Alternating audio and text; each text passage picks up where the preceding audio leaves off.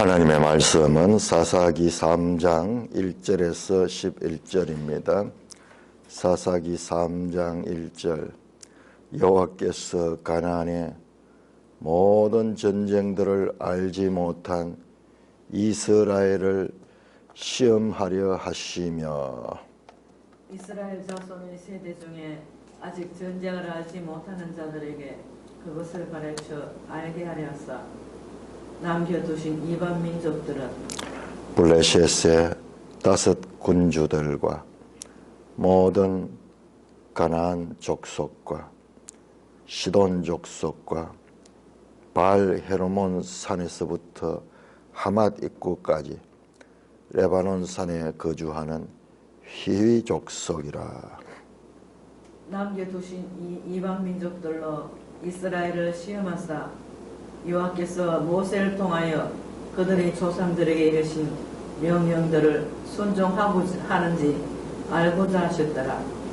그러므로 이스라엘 자손은 가나안 족속과 헷 족속과 아모리 족속과 브리스 족속과 히위 족속과 여부스 족속 가운데에 거주하면서 그들의 딸들을 맞아 아내로 삼으며 자기 딸들을 그들의 아들들에게 주고 또 그들의 신들을 섬겼더라.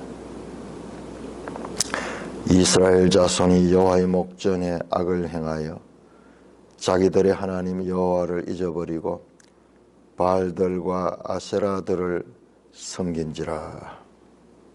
여호와께서 이스라엘에게 진노하사 그들을 메소포타미아 왕 구산 리스다임의 손에 파셨으므로 이스라엘 자손이 구산 리스다임을 8년 동안 섬겼더니 이스라엘 자손이 여호와께 부르짖으며 여호와께서 이스라엘 자손을 위하여 한 구원자를 세워 그들을 구원하게 하시니 그는 곧 갈렙의 아우 그나스의 아들 온니엘이라. 여호와의 영이 그에게 임하셨으므로 그가 이스라엘의 사사가 되어 나가서 싸울 때에 여호와께서 메소포타미아 왕 구산 리사다임을 그의 손에 넘겨주시며 온니엘의 손이 구산 리사다임을 이기니라. 그 땅이 평온한 지 40년에 그나스의 아들 온니엘이 죽었더라. 하나님 아버지, 은혜를 감사합니다. 이스라엘 역사를 통하여 모든 인류의 모델로 삼으시고 하나님이 누구신지 계시하신 하나님을 찬송합니다. 기록된 말씀 속에 계시된 하나님을 바르게 알게 하여 주시옵소서. 예수님 이름으로 감사하며 기도드리옵나이다. 아멘.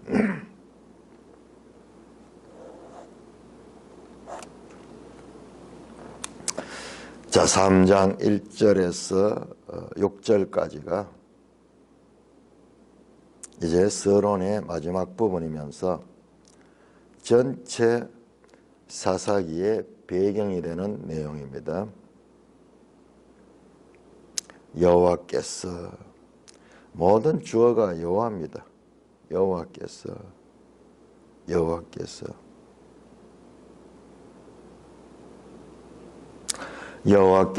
가나안의 모든 전쟁들을 알지 못한 이스라엘을 시험하려 하심에, 알지 못하는 세대 로야다, 2장 10절에 나왔던 그 세대, 그들을 시험하려고 하셨다. 자, 새로운 세대입니다. 시험하다 2장에서 나왔습니다. 2장 22절에서 이는 이스라엘이 그의 조상들이 지킨 같이 여호와의 도를 지켜 행하나 안 행하냐 그들을 시험하라 하심이라. 하나님이 그 백성을 시험한다, 테스트한다. 그렇습니다. 하나님은 일관되게 하나님의 백성들을 시험하시는 분입니다. 우리가 주의 깊게 봤다 그러면은 출애굽기 15장에서 17장, 그러니까 시내산 언약 이전에 3개월 동안 광야 생활하면서 그때도 하나님이 이스라엘을 시험하셨다. 저 창세기 22장 1절에 하나님께서 아브라함을 시험하시고 그 시험이 하나님을 알게 하고 뿐만 아니라 그 시험이 하나님의 뜻을 이제 발전시키는 계기가 됩니다. 아브라함이 모리아산에서의 시험의 성공으로 말미암아 하나님께서 이제 그 아브라함에게 하나님의 뜻을, 깊은 뜻을 말씀하시고 이제 아브라함은 하나님의 뜻을 이루는 사람으로 성장하고 그 삶을 하나님 뜻 가운데 살아가기 시작합니다. 2절에 이스라엘 자손의 세대 중에 아직 전쟁을 알지 못하는 자, 알지 못하다. 2장 10절에 나왔던 그 내용, 여기서 알지 못하다로 야닥하는데 야닥하는 건 이야기 많이 들었죠. 야닥은 남녀 간의 성적인 관계를 이야기하는 거예요. 그러니까 여기에서는 알지 못한다는 건 아직 경험하지 못한, 그냥 지식이 아니라 체험, 몸으로 경험하지 못했다. 그런데 그것을 가르쳐 알게 하려 하시다. 남겨두신 이방민족이다. 이야, 놀라운 말씀이죠. 이방민족을 우리가 이 한편을 보면 이방민족들이 있어서 자기들 의지에 의해서, 이스라엘의 의지가 약해가지고 가나안 사람들이 결심을 하고 그들에게 남겨뒀다고 봤는데, 그런데 그것조차도 하나님께서 그 마음을 주장하셨다. 하나님께서 그 마음을 남겨두신 이방민족들 누구냐? 블레셋의 5 군주들과, 영어 보는 여호수아 때부터 다 나오더라고요. 여호수아 13장 3절에 보면 5 군주가 등장합니다. 그리고 모든 가나안 족속과 가나안 6 족속,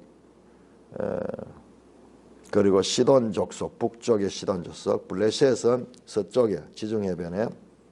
이 블레셋 사람들은 누구냐 그러면은 저 지중해를 가로질러서 저 아프리카 쪽에서, 북아프리카 쪽에서 배를 타고 이 가나안에 정착한 그 무리들입니다.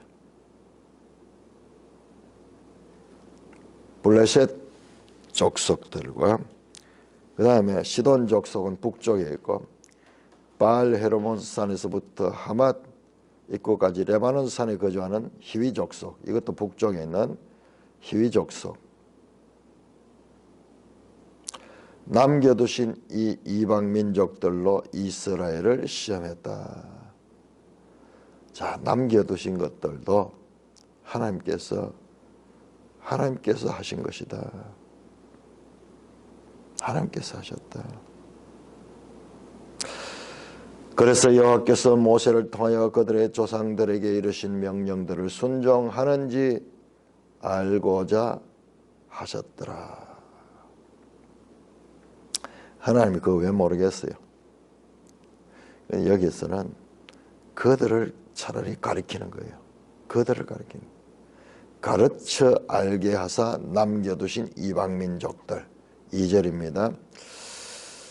자, 우리 인생 삶에 있어서 여러 가지 이제 문제들이 있는데, 문제들은 하나님의 한계 밖에서 일어나는 것이 아니라 다 하나님께서 남겨두신 것이다. 왜? 가르쳐 알게 하려 하사 하나님을 알려주시는 그와 같은 것입니다. 우리 매일 성경 해설에 그 부분이 잘 나와 있습니다. 1절에서 4절, 우리의 믿음을 시험하시고 또 훈계, 가르친다. 하나님은 이방 민족을 남겨 이스라엘이 하나님의 말씀을 지키는지 시험하셨고 이방 민족들과 치는 전쟁을 통해 전쟁의 승리가 하나님께 달려 있음을 가르쳤습니다. 모든 것이 사람의 생각으로 되는 줄 아냐?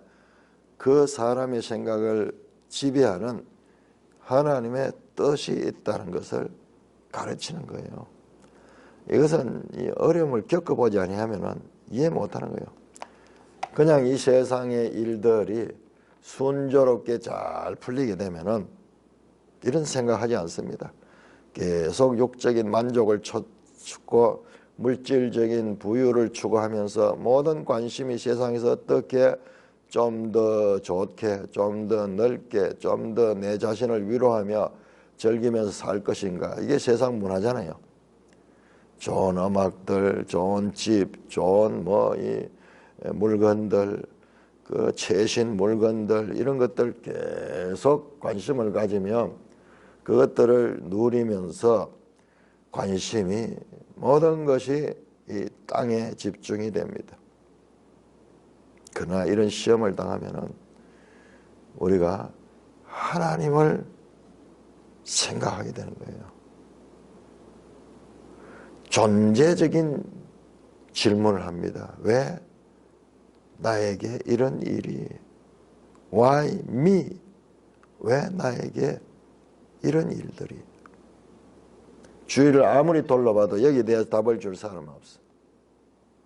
그때 우리의 사고가 전혀 길이 뚫렸잖아. 우리 생각의 회로가 전부 다 이 땅에 집중되어 있는데 이 땅에만 집중되어서 거기에는 길이 잘 고속도로같이 회로가 잘 뚫려 있는데 위로는 전혀 사용해보지 않은 회로가 있는데 그 회로가 열리면서 하늘로 우리의 관심을 가지게 됩니다. 이게 하나님이 은혜고 하나님이 그 백성을 가르쳐 알게 하려 하사 남겨두신 문제들이다.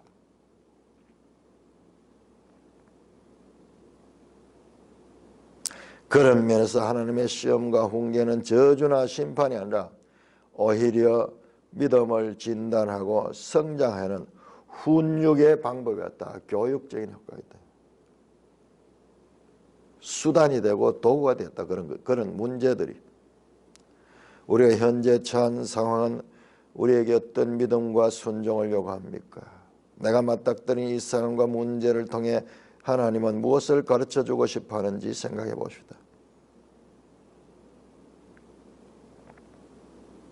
우리 인생에 일어나는 모든 일들은 하나님의 주권 속에 있다는 것을 이제 믿을 적에 이런 믿음이 생기는 거죠. 이런 생각을 가지게 되는 거죠. 그러니까는 이 시험이 얼마나 감사한지, 그 시야와 생각들이 이 땅에만 머물러 있던 자들이 이 땅보다 넓고 이 땅을 지배하는 하늘로 그 생각이 열리게 되니까는 좁지 않고 넓은 곳으로, 높은 곳으로 우리를 이끌어 올리시는 하나님의 은혜와 하나님의 뜻이 그 문제 속에는 있는 것입니다.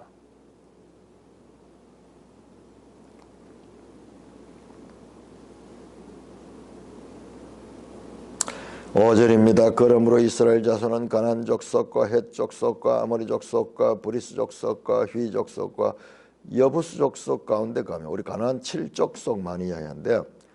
여기에 6족속인 헷 족속, 해모리, 아모리 족속, 브리스 족속, 휘 족속, 여부스 족속.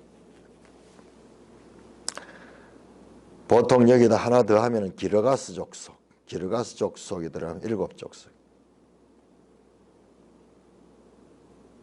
자, 여기 보세요. 그림이 어떻게 된가? 이스라엘 가운데 가나안 족속이 거주하는 게 아니라 가나안 족속 가운데 이스라엘이 지금 거주하고 있는 거예요. 어제 우리 신성현 형제님이 참 잘 지적했는데 우리 앞에 나오는 것들도 자세히 보니까는 가나안 속에 거하는 게 있고 이스라엘이 1장 20 9절 보면은 29절 보면 끝에 가나안 족속이 그들 중에 거주하였다 이렇게 돼 있는데 32절은 아셀 족속이 그 땅의 주민 가나안 족속 가운데 거주했다. 우리 이 말씀에서는 주류가 어디냐 이걸 볼 수 있는 것 같아요. 이스라엘이 가나안 족속을 지배하고 있냐, 가나안이 이스라엘을 지배하는가, 거기에 따라서 표현된다는 것 같아요.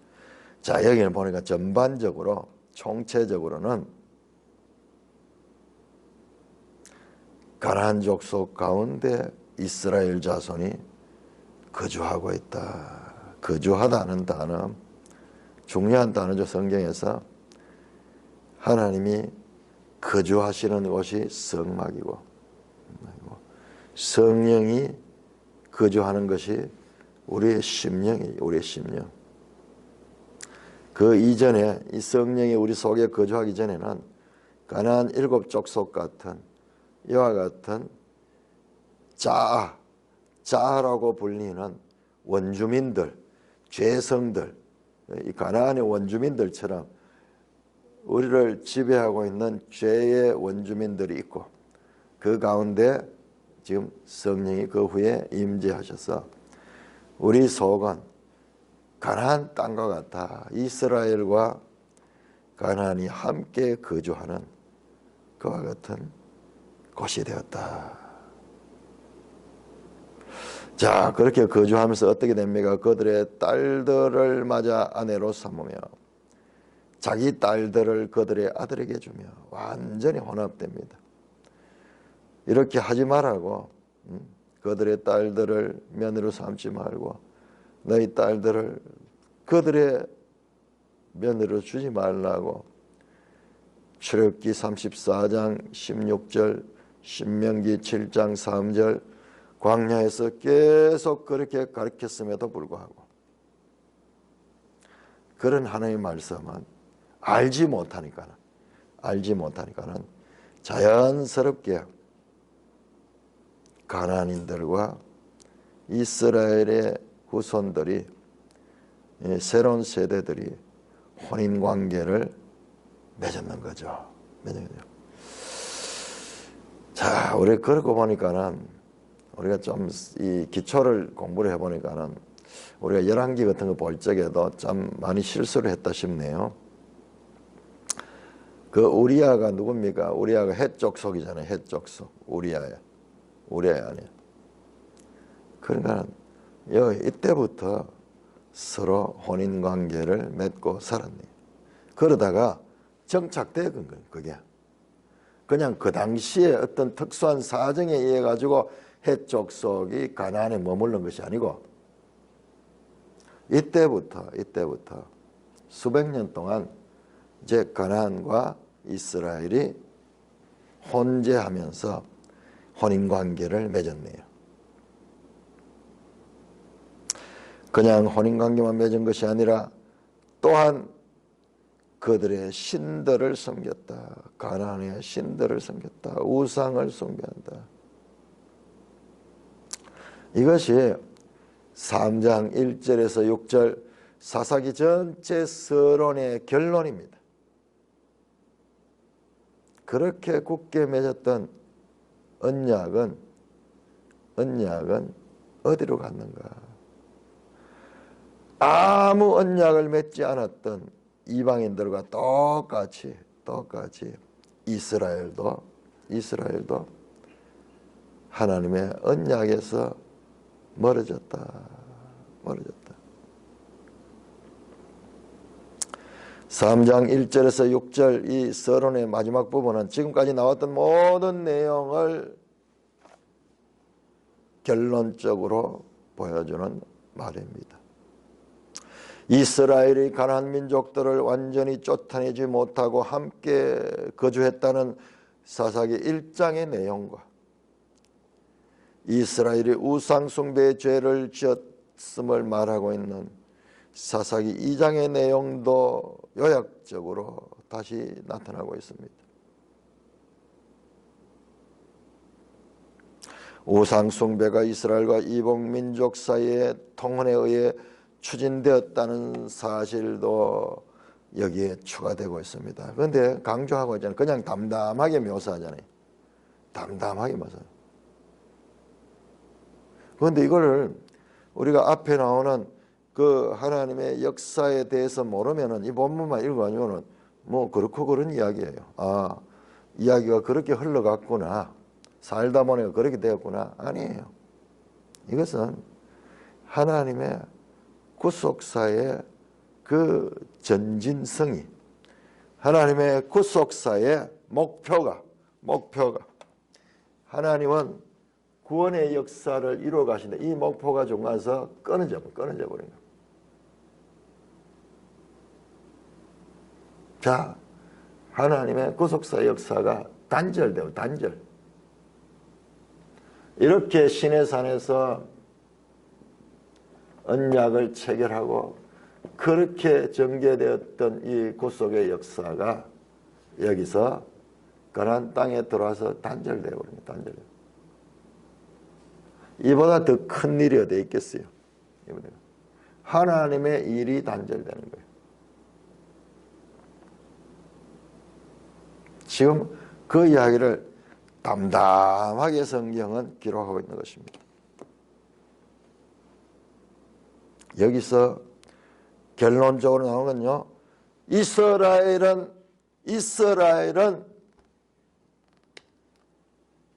스스로 구원받을 수 없다는 거예요. 구원받을 수 없다. 이스라엘은 복의 길로 갈 수 없고 저주의 길을 갈 수밖에 없다. 이렇게 언약을 맺고 이렇게 역사 가운데 하나님께서 인도해 왔지만은 가나안 땅에 와서 이제 가나안 땅 들어가는 게 목적이 아니에요. 가나안 땅에 들어가는 것으로 끝난다고 생각하는데 그렇지 않습니다. 가나안 땅에 들어가서 온전히 정착해야 되는 거예요. 우리 시야가 항상 짧았죠. 가나안 땅에만 들어가면은 마치 달리기 결승전에서 그 결승점에 찐만 하면은 끝난다고 생각하는데 그렇지 않아요. 그때부터 삶이 있어요. 삶이. 온전한 삶을 살아야 돼요. 자, 사사기 서론이 보여주는 결론은 이겁니다. 하나님이 은혜로 인도하고 보호해 줬음에도 불구하고 이스라엘은 죄악된 길로 나아가며 하나님과의 언약을 어기고 언약 백성으로서의 지위를 스스로 상실했다는 겁니다.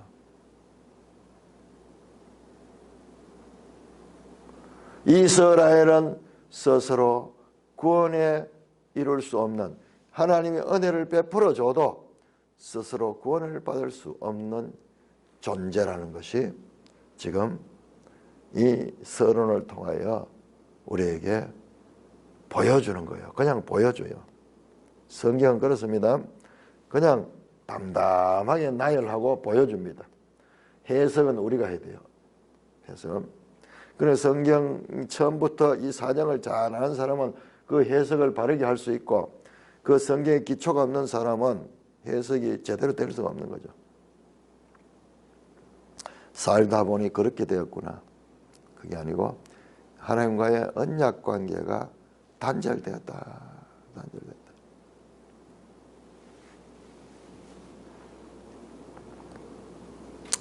자, 이것이 사사기의 배경입니다.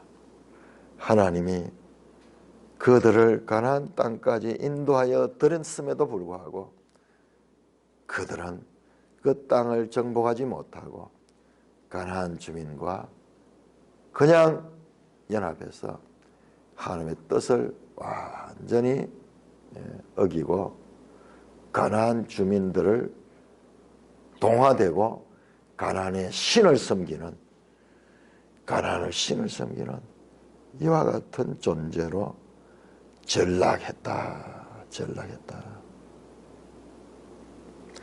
창세기 3장에 에덴 동산에 하나님께서 모든 것을 주심에도 불구하고 범죄하여 그 동산에서 쫓겨났던 인류의 원조인 아담의 이야기가, 그리고 출애굽기 32장 33장에서 시내산 언약을 맺음에도 불구하고 모세가 40일 동안 그 십계명을 받으러 오는 그 기간을 참지 못하고 스스로 우상을 만들어 숭배하던 이스라엘 백성들의 실패의 이야기가 오늘 여기에 다시 확장된 메아리로 울려 퍼지고 있습니다. 그렇게 언약을 맺고 하나님의 약속의 땅에 들어갔던 그 백성들이 그 하나님의 언약을 깨뜨리고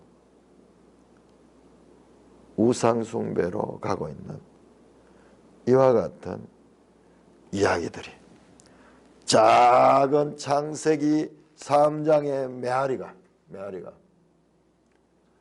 확장되고 또 확장되면서 그렇게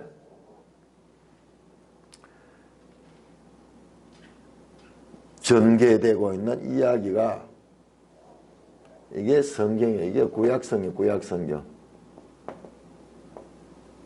구약성경. 아담의 실패, 이스라엘의 실패, 가나안에서의 실패, 그리고 열왕기에서도 실패. 그래서 마침내 포로로 잡혀가는 이야기죠. 이 땅에서 뽑아내가지고 저 나무 땅으로 옮겨버립니다. 원래 있던 땅, 그 조상이 나왔던 그 땅으로 올려버립니다. 예? 메아리가 확장된 메아리. 처음에는 이렇게 실수했으면은 이제 하나님이 함께 하시고 이러면 점점 성공할 줄 아는데 아니에요. 점점 더 집단적으로, 더 민족적으로, 국가적으로 실패하고 있는 이야기. 이 구약성경이에요. 구약성경이 우리에게 뭘 가르치고 있습니까? 구약성경이 가르치는 건요, 절망이에요. 절망. 어떻게 사람으로서는 할 수 없다는 거예요. 사람은 할 수 없다. 이게 구약성경의 결론입니다. 지금 사사기 서론의 결론도 마찬가지예요. 할 수 없음이에요.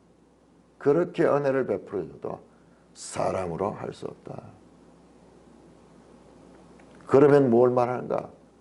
이제 뒤에 나오겠지만은 하나님이 개입하셔야 돼. 하나님의 개입. 하나님께서. 그래서 구원은 하나님께 속한 거예요. 구원은 하나님께 속합니다. 이분이 궁극적으로 예수 그리스도. 구약의 이와 같은 인간의 무능함, 인간의 부패, 이 절망은 어디서 오는가? 인간의 전적 부패. 우리 개혁주의 이 교리가 참 여기서 나오는 거예요. 전적 부패다.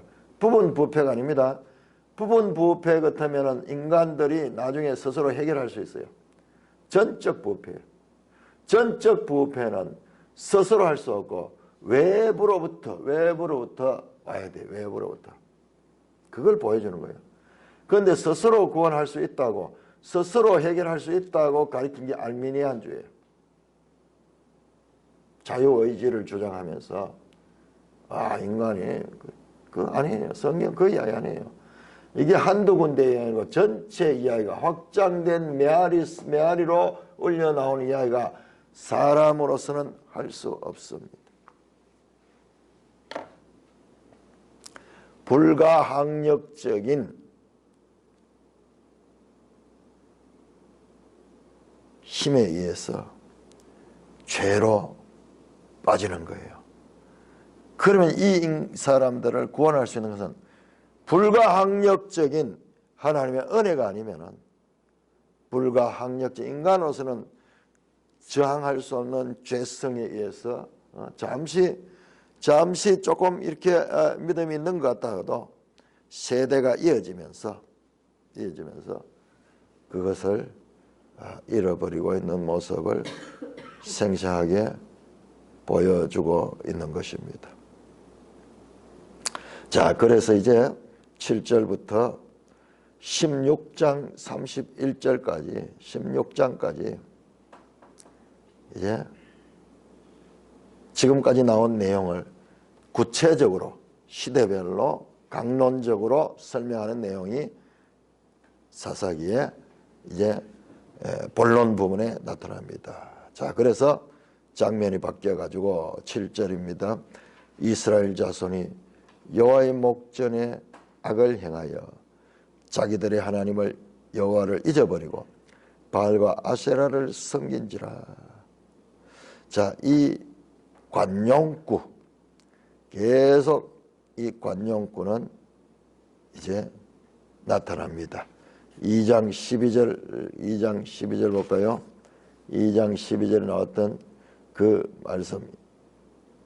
그들의 조상 하나님 여호와를 버리고 다른 신들 곧 주에 있는 백성의 신들을 따라 저하여 여호와를 진노하겠다. 13절 그들이 여호와를 버리고 바알과 아스다를 섬겼다. 하나님께서 진노하사 그들을 대적자의 손에 넘겨주셨다. 요 구조가 그대로 전개됩니다. 그래서 8절에 여호와께서 진노하사 그들을 메소포타미아 왕 구산 리사다임의 손에 파셨다. 하나님께서 메소포타미아의 왕의 손을 하나님께서 주장하셔서 그 이스라엘 백성을 징계하십니다. 이스라엘 자손이 구산 리사다임을 8년 동안 섬겼다. 이걸 깊이 연구했는 성경학자들이요. 여기 언제냐 그러면은 1358년에 1358년에서 1350년까지 BC죠. BC. 이때 이 사건이 났다. 이 고고학적인 발견들을 해가지고요. 구산 메소포타미아 사람이죠. 저 멀리서 와서 구산 리사다임 칸, 다임 칸 뒤에 IM 이게 붙으면 이게 복수고 상수가 되는데 이 사람은 구산은 왕의 어떤 이런 것 같아요. 2배나 된다. 구산 왕보다도 2배나 더 무서운 더 강한 사람이다. 뭐 그런 이름을 가지고 있는 메소포타미아 왕입니다.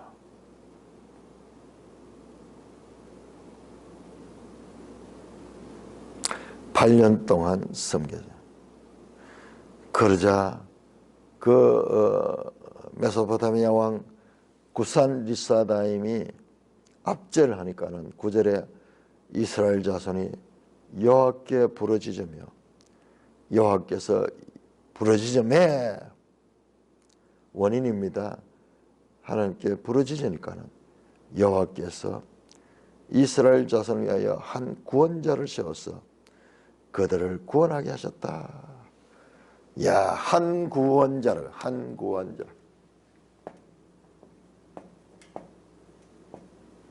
구원자가 뭐냐면 이샤입니다. 이샤. 이게 여호수아, 예수님이에요. 예수님. 이샤. 한 구원자. 장차 이 땅에 오실 한 구원자, 예수 그리스도의 모형이에요. 모형. 이샤 하셨다. 구원자가 와서 그들을 구원하셨다.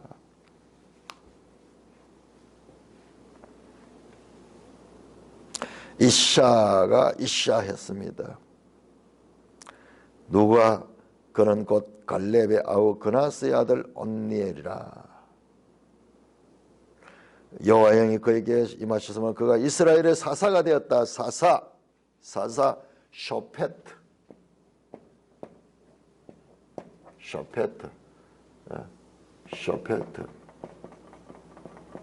우리말로 사사라고 번역했는데 사사는 젖지, 재판관이 재판관. 근데 제가 말씀드렸죠. 가버너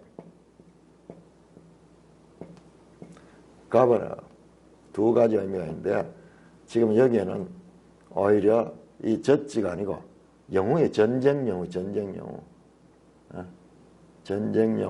등장. 이 통치자가 등장했다. 그 사사는 우리가 잘 봐야 되는데 어떤 사람들은 이 재판하고 이런 사람들이 나오고요. 사사는 삼손도 사사잖아요. 전부 다 전쟁 영웅들이에요. 전쟁 영웅들. 한 장군이 장군. 예? 무력 힘 있는 그와 같은 장군이에요. 지도자. 백성의 한 지도자를 세웠다. 그러니 사사라는 이름에 너무 매이면 안 됩니다. 누구냐? 갈렙의 아우 그나스의 아들 온니엘. 왜 됩니까? 갈렙하고 관계가 왜 됩니까? 갈렙의 아우의 그나스의 아들이니까 조카죠. 조카. 그런데 조카가 아니라고 학자들이 그렇게 이야기해요. 아들이 동생이라 그래요. 동생이 맞아요. 이것만 봐가지고는 모르는데 뒤에 보시면은 자 보세요. 11절에 보면은 그나스의 아들 온니엘이 죽었더라. 그나스는 누구냐 그러면은 갈렙과 온니엘의 아버지예요. 그러니까 그나스가 갈렙의 아우가 아니고 갈렙의 아우 온니엘인데 둘 다 그나스의 아들이야. 그러니까 이 표현이 이래 되니까는 착각하게 되죠. 그러니까는 온니엘은 갈렙의 동생이었습니다.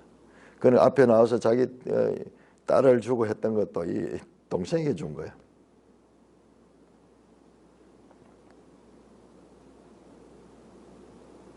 그나스의 아들 온니엘이 갈렙을 이어가지고 그 가문에서 사사가 나왔습니다. 10절입니다. 여호와의 영이 그에게 임하셨으므로. 여호와의 영이 성령입니다. 루아흐.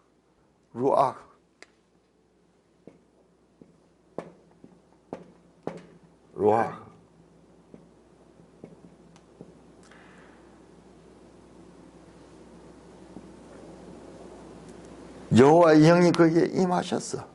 온니엘에게 임하셨어. 온니엘의 힘이 아니라 여호와의 영이 그에게 임하셨으므로. 원인입니다. 원인. 성경에서 이걸 잘 봐야 되는 원인과 결과. 원인적으로 성령이 그에게 임함으로 그가 이스라엘의 사사가 되어서 나가 싸울 때 여호와께서 메소포타미아 왕 구산 리사다임을 그의 손에 넘겨줬다. 하나님께서 그를 메소포타미아 왕을 넘겨주셨어요. 그래서 온니엘의 손이 구산 리사다임을 이기니라. 어떻게 해서? 여호와의 영이 함께 하시고 여호와께서 그에게 힘을 주셨어. 전적으로 온니엘의 승리는 여호와의 영과 여호와께서 합력하여 그에게 이기게 하셨다. 이거를 성경은 가르치고 있습니다. 온니엘의 무술이 출중하고 온니엘의 계략이 절중해서 그런 것이 아니라 여호와의 영이 그에게 임했으므로 그가 싸울 때 여호와께서 메소포타미아 왕 구산 리사다임을 그의 손에 넘겨주셨다. 그래서 이겼다. 자, 1단계 이스라엘 백성들이 하나님을 먼저 잊어버리고 그 다음에 어떻게 됩니까? 우상을 숭배하고 그러면 하나님이 진노하셨어. 하나님께서 이웃의 나라의 왕을 들어가지고 그들에게 징계를 하시고 재앙을 보냅니다. 그 백성은 그 고통 속에 너무 고통스러워서 하나님께 부르짖으면 그때 하나님께서 그 소리를 들으시고 한 구원자를 보내시고 그 구원자가 그들을 그 압제에서 구원해내시고 다시 평안한 세월이 왔습니다. 살롬 평화가 왔습니다. 언제? 40년 동안 평화롭게 지냈다. 짧은 고난의 시간과 긴 평안의 시간이 왔다. 온니엘의 기사는 매우 간략합니다. 승리는 보고되었으나 사건에 대한 장면 등이 생략되어 있습니다. 우리 여호수아 할 때도 마찬가지죠. 이 적들을 이기는데 그 전쟁 장면이 얼마나 흥미진진해요. 그러나 그런 것은 없어요. 그런 거 없고. 왜? 하나님의 전쟁이기 때문에. 하나님이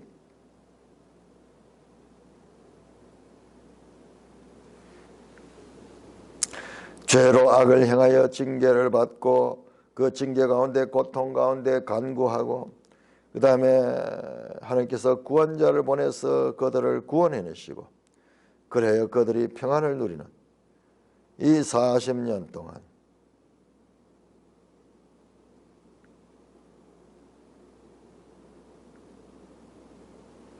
하나님께서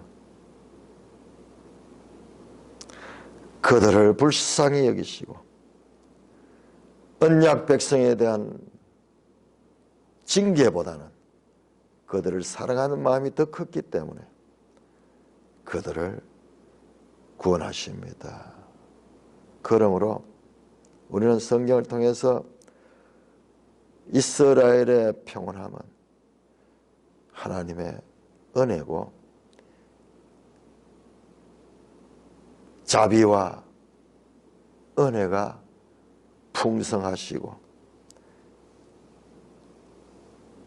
오래 노하시지 아니하시고 인자와 진리가 풍성하신 하나님의 은혜 때문에 그랬다. 온니엘이 죽은 해를 이것 좀 연구 깊이 했죠. 1310년경으로 1310년경 1310년 딱 계산이 맞네요. 1310년경으로 그렇게 봅니다. 요 짧은 한 세대 동안에요. 무지한 이스라엘의 죄악과 그리고 메소포타미아 왕구산 리사다임을 통해서 시험하셨잖아요. 그래서 그 고통 가운데 하나님께 부르짖어 기도했는데 하나님께서 구원자를 보내서 이래서 하나님을 알게 됐잖아요. 앞에 나오는 전쟁을 알지 못하는 자들에게 그것을 가르쳐 알게 하는 이 전쟁의 주권자는 하나님이시다. 이걸 알려주는 거예요. 그래서 그들에게도 하나님을 알 수 있는 기회가 오게 되었습니다. 이와 같은 구조가 계속 16장까지 반복되면서 첫 사사 이야기가 이렇게 온니엘 기사로 나타나고 있는 것입니다. 제가 말씀드렸죠. 1장에서 3장 6절까지는 지금 3장 7절부터 16장 마지막 절까지를 압축 파일이고 이제 그 압축 파일을 열어서 하나하나 보여주는 이야기가 3장 7절부터 나오고 그 첫 파일이 열린 것이 바로 사사 온니엘 시대 일입니다. 자, 그러면은 온니엘이 죽고 난 다음에 이스라엘은 어떻게 되었을까? 요 한 세대는 40년 동안 잘 살았지만은 참 우리가 이걸 놓치지 말아요. 항상 글만 보면은 우리가 근데 여호수아도 죽고 갈렙도 죽고 온니엘도 죽네요. 그래서 이 땅의 이야기는 계속 죽는 거, 태어나고 죽고 태어나고 죽고 태어나고 죽고 태어나고 죽고 명멸하는 빛처럼 태어나고 죽고 계속 지금도 계속 진행 중입니다. 현재 진행 중. 태어나고 죽고 태어나고 죽고 태어나고. 그러나 하나님은 알파와 오메가, 시작과 처음과 나중이에요. 나중. 뭐냐 그러면 하나님은 이 영원이 영원. 시간이 아닙니다. 우리는 시간 속에 이런 존재예요. 이 그림을 우리 마음속에 완전히 자리를 잡아야 돼요. 그러니까 이들이 할 수 있는 게 뭐 있겠어요? 이들이 할 수 있는 게 뭐 있겠어요? 여기 뭐 확대해서 보면은, 이들이 뭐 다 하는 것 같지만 아니에요. 근본적으로 피조물이고 창조주고 역사의 주권자고 그리고 나그네들이에요. 나그네. 일시적으로 뭐뭐는 이 관계를 잊지 말아야 돼. 이 관계를. 이 사람이 이 전체를 다 알 수 있다고요. 그거는 그림을 보면 말이 안 되는 이야기, 말이 안 되는 이야기. 그런데 우리는 이 말이 안 되는 이야기를 능청스레 하고 있다. 능청스레 하고 있다. 자, 이와 같은 세대 간의 이야기들이 한 사사기 같으면은 요 세대를 보여주는 거죠. 한 200~300년을 보여줍니다. 한 300년을 보여줍니다. 이걸 통해서 우리에게 교훈하시는 하나님의 뜻을 우리가 알아야 될 것입니다. 찬송가 390장입니다.